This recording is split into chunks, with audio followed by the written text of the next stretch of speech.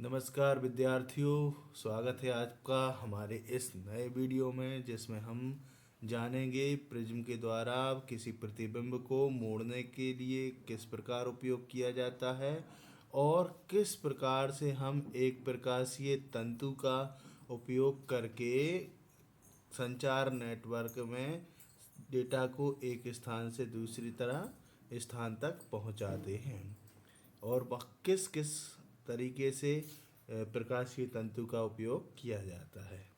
तो हम शुरू करते हैं सबसे पहले प्रिज्म से। प्रिज्म को हम पहले ही एक दूसरे वीडियो में परिभाषित कर चुके हैं कि 3 आयताकार और 2 त्रिभुजाकार फलकों से मिलकर बना घिरकर बना एक समांगी माध्यम प्रिज्म होता है। अब हम देखेंगे कि प्रिज्म में अगर एक फलक पर प्रकाश को लंबवत आपतित किया जाता है, जैसा आप चित्र ए में देख रहे हैं, यहाँ पर देखें, है ना। तो ये एक फलक, सामने की फलक जिस पर 45 डिग्री का कोण बनाते हुए आपतित होता है, तो परावर्तन के नियम से आपतन कोण के बराबर परावर्तन कोण बनाते हुए ये दूसरी दिशा में लंबवत निकल जाता है। अब यहाँ देख रहे हम, ये ऊपर वाली लाइन यहाँ से परावर्तित होकर यहाँ बी जो है बी डैश पर और ए वाली लाइन यहाँ पर ए डैश पर प्राप्त हो रही। तो हम यहाँ देख रहे हैं कि यहाँ पर ए बी प्रतिबिंब ए डैश बी डैश प्रतिबिंब के रूप में हमें प्राप्त हो रहा है।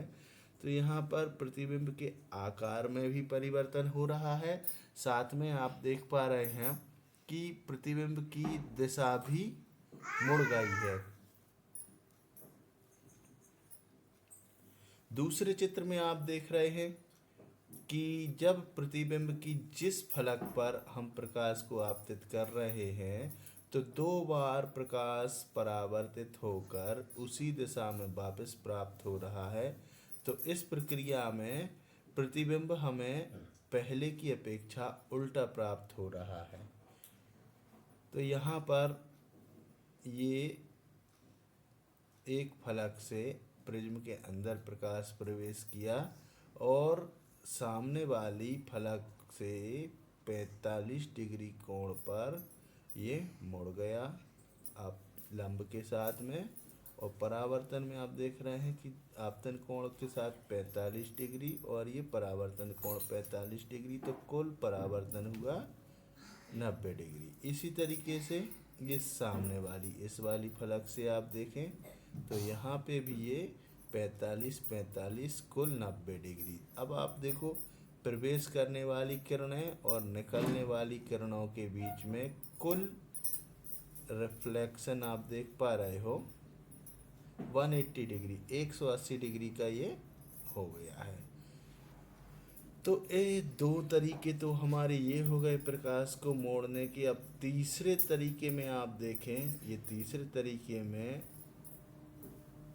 कि हम सामने वाली फलक पर ये देखो प्रकाश को आपतित करा रहे हैं, तो ये नीचे वाली फलक आप देख पा रहे हैं, नीचे वाली फलक से इन 2 प्रकाश किरणों का परावर्तन हुआ। इससे ये वाली जो ए लाइन, ए बिंदु से प्रकाश किरण आ रही थी, वह पहले बेस से रिफ्लेक्ट हो गई और जो बी लाइन आ रही थी बी बिंदु से, वो यहाँ आके ये रिफ्लेक्ट होके, तो इस तरीके से हमें जो वस्तु है, वस्तु का ए बी प्रतिबिंब हमारे लिए ए डैश बी डैश उल्टा प्रतिबिंब मिल रहा है। तो हम प्रिज्म से इस तरीके से किसी प्रतिबिंब को पलट भी सकते हैं। तो हम देख पा रहे हैं यहाँ पर कि प्रकाश की दिशा को मोड़ने में, प्रकाश के परावर्तित करने के लिए या प्रतिबिंब को उल्टा करने के लिए ये हम इस तरीके से प्रिज्म का उपयोग कर सकते हैं, है ना। अब हम यहाँ देखें, सबसे पहले तो इस प्रक्रिया में कब कौन सी प्रक्रिया निर्मित होती है, इसके लिए हम एक दूसरा वीडियो बनाएंगे और उस वीडियो को आप ज़रूर देखें। यहाँ देखिए आप, अब हम समझते हैं इसके लिए क्रांतिक कोण। क्रांतिक कोण हम जानते हैं critical angle, angle of emergency, यानी कि जो आपतन कोण होता है वहाँ पर क्रांतिक कोण क्या कहलाता है।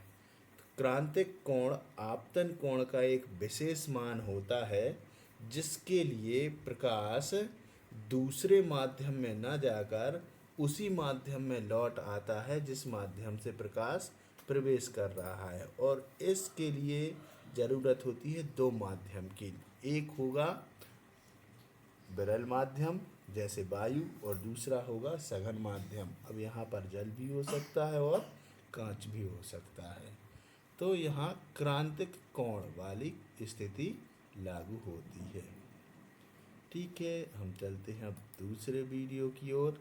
दूसरी स्लाइड आप देखें, ये है ऑप्टिकल फाइबर, जिसे हम हिंदी में कहते हैं प्रकाशीय तंतु।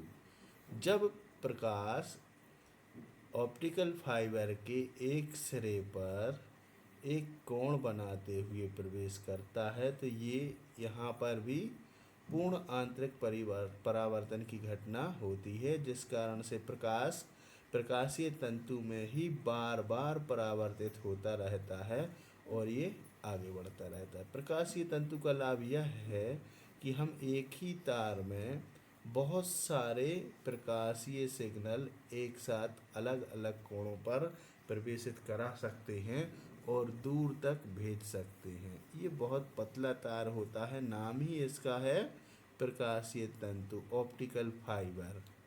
और ये एक बाल की बराबर मोटाई का होता है। इसके प्रोटेक्शन के लिए बाकी के इसके ऊपर लेयर्स लगाई जाती हैं।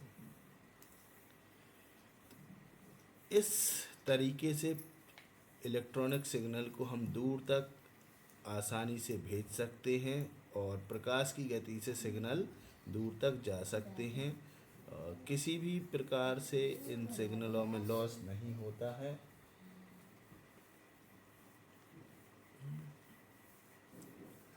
तो इस तरीके से हम यहाँ पर प्रकाशीय तंतु का उपयोग करते हैं।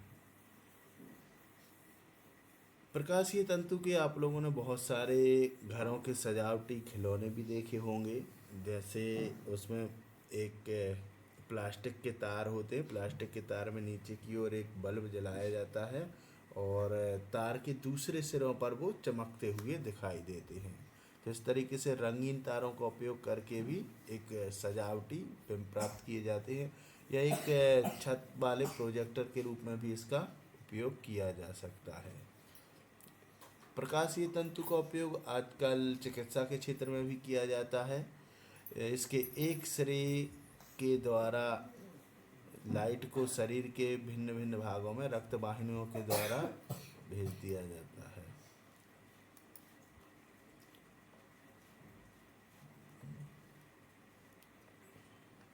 लंबी